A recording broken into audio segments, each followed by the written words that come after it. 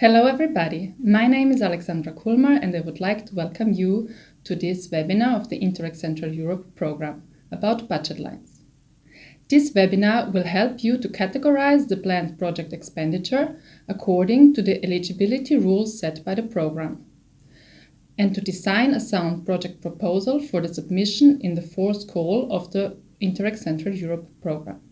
The project budget is to be developed considering all the activities planned in the project, as well as the involvement of the relevant project partners to achieve the set objectives. The overall project budget structure has several layers. Costs are to be planned at the level of each project partner and need to be distributed between the work packages according to the design of the work plan and between the reporting periods along the timeline of the project. The most important layer to ensure the eligibility of the project expenditure, and the one we will talk about now, is the layer of cost distribution between budget lines.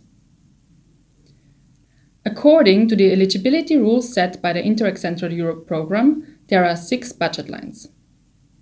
Budget line 1, dealing with the staff costs. Budget line 2, for the office and administrative costs. Budget line 3, for the travel and accommodation costs. Budget line 4, for the costs of external expertise and services. Budget line 5, for the equipment costs. And last but not least, budget line 6, for the costs of infrastructure and works. The expenditure foreseen for the implementation of the project has to be structured according to these 6 budget lines. Now let's discuss them one by one. Budget line 1 staff costs is related to the expenditure for having staff working on the project. This budget line does not only cover the work of the project manager and finance manager dealing with the administrative side of the project, but also specialists or researchers involved in the implementation of the thematic activities. The precondition is that the persons for which staff costs are planned are or will be employed by the project partner institution, and that the relevant documentation to show the employment status is available. Each partner can choose between 2 options for reimbursement under this budget line. The first one is based on real costs, with the eligible costs limited to salary payments and any other payments related to the salaries, provided that those are either fixed in the employment document or according to national legislation or internal partner institution regulations, and in all cases are not recoverable by the employer. The second option is a 20% flat rate of other direct costs of the respective project partner, which in practical terms means that it is a 20% flat rate of the total project partner budget foreseen under budget lines 3, 4, 5 and 6. For this option, no documentation of salary payments or any related costs is needed. The only precondition is that the partner has to demonstrate that it has at least 1 employee involved in the project.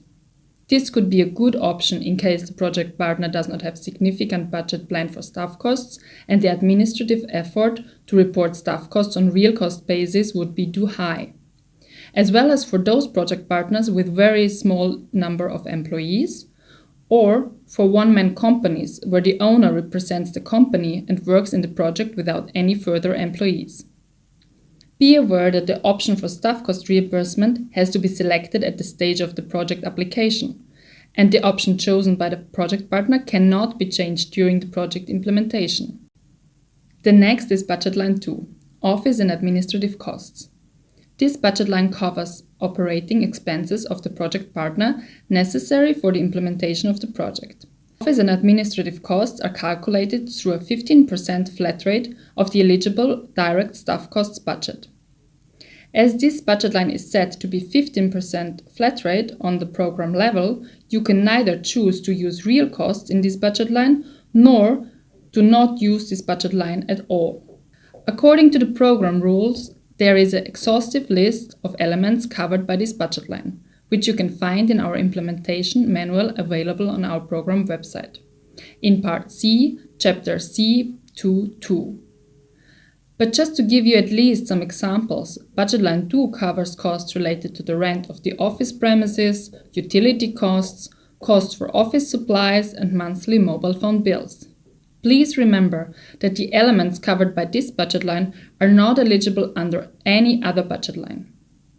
As already stressed before, no direct costs are eligible under this budget line. Budget line 3 covers the expenditure planned for travels and accommodation within the project. The most important thing to remember about this budget line is that costs under budget line 3 cover the travels and accommodation only of the staff employed by the project partner institutions. The costs under this budget line are limited to the following 5 elements: travel costs, costs of meals, accommodation costs, costs of visas if applicable, and last but not least, daily allowances. In duly justified cases, project partners might have to travel to meetings or events outside the Interreg Central Europe program area. Such travels should be planned beforehand and included in the application form, already when applying. But as of course you cannot always foresee everything, in case such travels were not initially planned and included in the application form, you have to remember that prior approval from the Joint Secretariat is required for any travels outside the program area. As already mentioned, Budget Line 3 refers only to travel and accommodation of the staff of the project partners. And this means that the travel and accommodation costs of external experts or associated partners to participate in the project activities or events have to be budgeted under Budget Line 4, External Expertise and Services. The Budget Line 4 covers all external expertise and services provided by a public body, a private body, or a natural person outside of the beneficiary institution that are subcontracted to carry out certain tasks or activities which are clearly linked to the project and are essential for its successful implementation. External expertise and service costs are paid on the basis of contracts or written agreements and against invoices or requests for reimbursement. According to the program rules, there are only certain elements that are eligible under this budget line, and the exhaustive list can be found in the implementation manual in Part C, Chapter C2.4. But just to give you at least some examples, Budget Line 4 relates to costs of studies and service, costs of trainings, travel costs of external experts and associated partners, as well as national control costs, if not provided free of charge in your country.